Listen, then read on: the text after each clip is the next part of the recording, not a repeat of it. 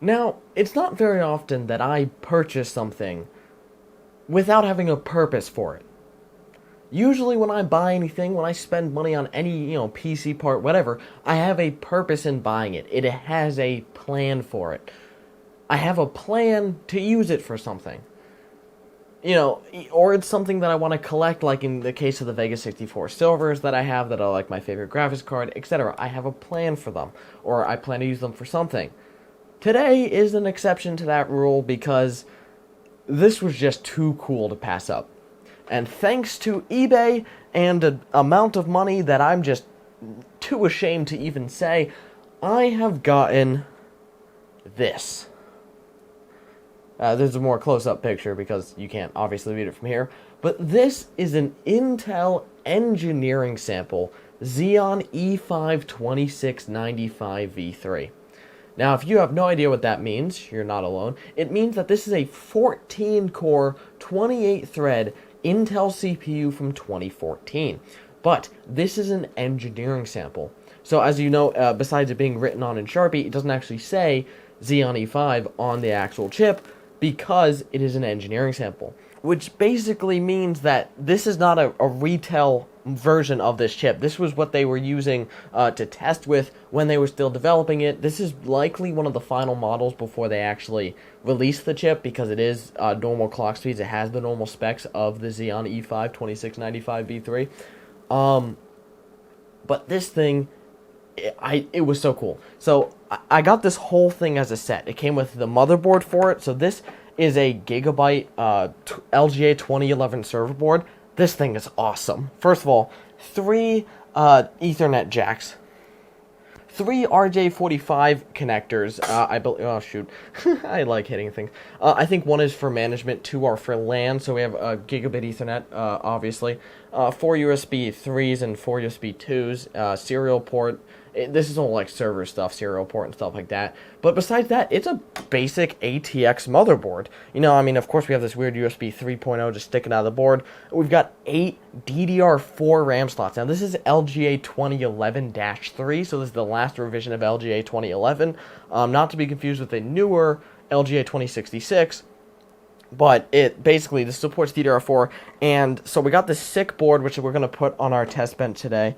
It also came with a liquid cooler, but like a 120mm liquid cooler that I'm not going to be using because I don't like it. So I'm just going to be using a normal air cooler today on it. Alright, so that's mounted on there. So it also comes with the CPU, motherboard, 32 gigs of ECC registered DDR4 memory. So that's 4 DIMMs for the quad channel memory, the blue slots, quad channel memory that we can have, so that is 4 sticks working together. So there's 32 gigs of ECC registered memory, which basically what ECC registered means is, first of all, ECC means it's error checking memory, which is very common in the server space, and registered basically means it only works on this board. Now, this board also supports normal DDR4, which, unbuffered DIMMs, which I tried, and apparently it does work. I thought it wouldn't, but these DIMMs do not work on any of my other computers.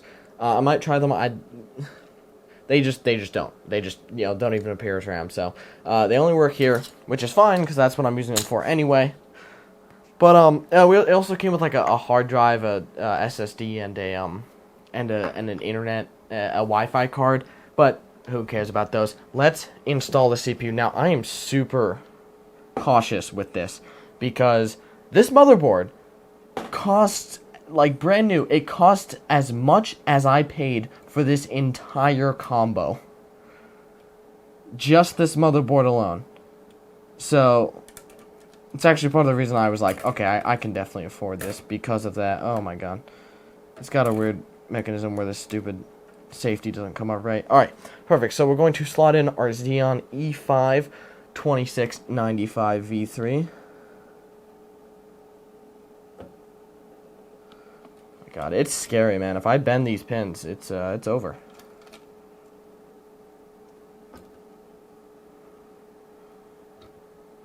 I heard some crunchy, but that's fine. So, we're just going to be using a basic Hyper 212 RGB today. Let's get some thermal paste, and the rules about small dot goes right out the window because this is a massive chip. I know what some of you are thinking. 14 core doesn't really seem very impressive by today's standard because, we have consumer grade 16 cores that are, you know, for gaming now. But this thing is cool, okay? Shut up. It's cool. This is...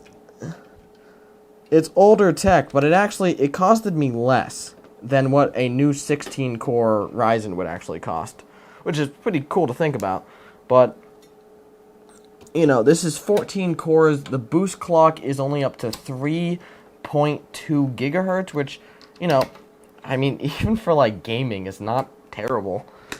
Can I get a better screwdriver now? Alright, cooler is sufficiently mounted, I hope. Let's install a RAM. I love installing RAM on these kinds of boards. It feels so nice. This basic green memory, just snappy, so nice. So nice to install. Just a dream.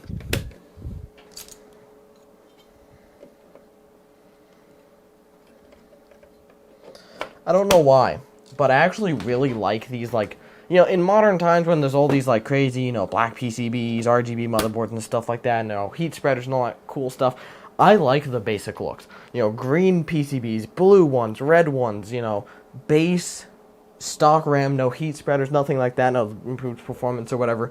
But this just looks so nice to me, and blue motherboard, pretty rare, pretty awesome. I am going to be putting the fan on. Sometimes I don't put the fan on this heatsink because it doesn't really need it sometimes, but definitely going to need it for this hot CPU. Sadly, we won't be plugging in our RGB header today for obvious reasons, because we don't have one. So it does only have one 8-pin CPU, which I guess should be enough, but, you know, this is a power-hungry chip, 24-pin. Like I said, it's like a base motherboard.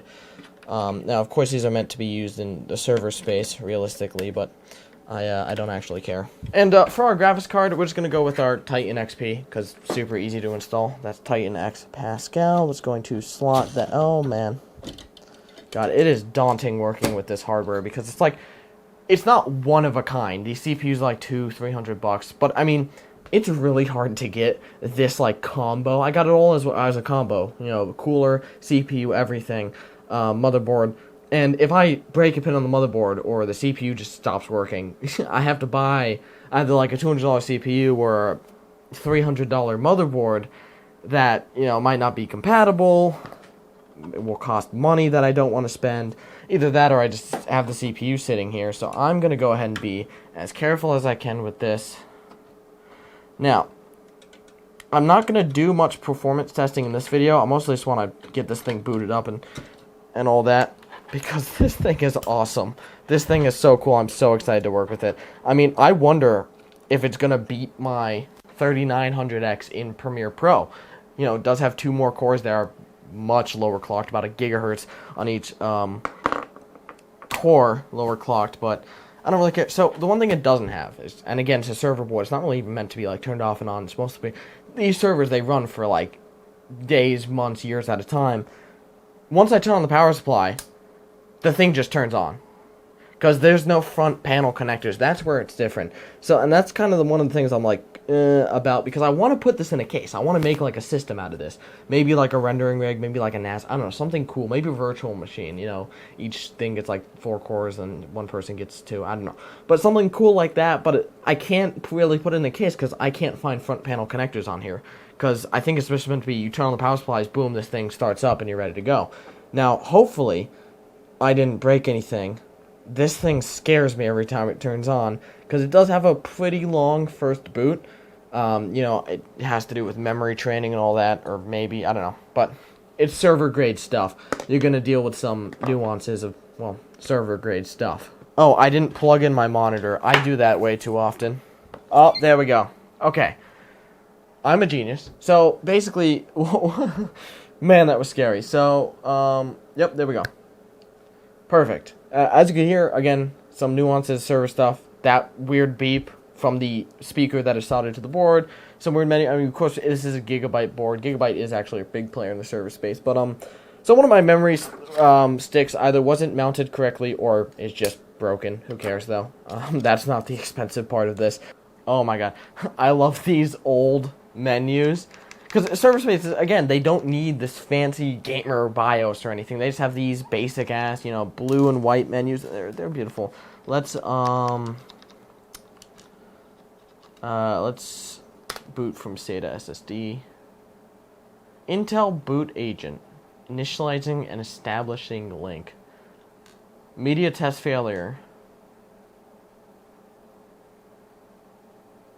Check cable connection. Alright, so we're on our Windows. This is our test bench drive to evolve our games and such. I want to open MSI Afterburner because I want to make sure our CPU is not about to explode. CPU temperature 32 degrees. Awesome. Keep our 14 cores at a nice low temperature. Yep, 37 on the whole package. Perfect. So, here's the thing. I want to do gaming performance on this CPU. And to be honest, this CPU will probably perform pretty well. It's old, 2014, but it's, 3.2 gigahertz. Now, the core count for old games, modern games, 14 cores is too many for any game anyway, so it's not going to use all 14 cores. So if you think that matters, it doesn't. Well, at least in this case where it's so many that it doesn't matter. Really, anything less than 8. Anything more than 8 doesn't really matter for games, and even that's a bit too much for just gaming straight up. But the core clock of 3.2 gigahertz on a 2014 Intel chip is actually not very bad, and paired with a decent graphics card, even if I put in like an RX 580. But I have a Titan XP obviously, but it paired with like an RX 580, this would make a perfect, professional by day, editing with Premiere Pro and gamer by night rig, kind of like what Threadripper is made for now. So the question is for you guys, I'm definitely going to do a gaming video about this. I'm not going to have it all be in this one video because ad revenue, but what else should I do with this? I want to do a Premiere Pro test versus my 3900X to see, could this become my new editing rig. I've been looking to kind of replace this 3900X because it's annoying and sucks and voltage. If this, it's only 2 extra cores and they're clocked lower, but if this outperforms my 3900X, I will be so happy. That would be amazing. But I want to definitely test that, and of course maybe test it versus the Threadripper, see how far we've come in terms of Ryzen and AMD versus Intel and Xeon.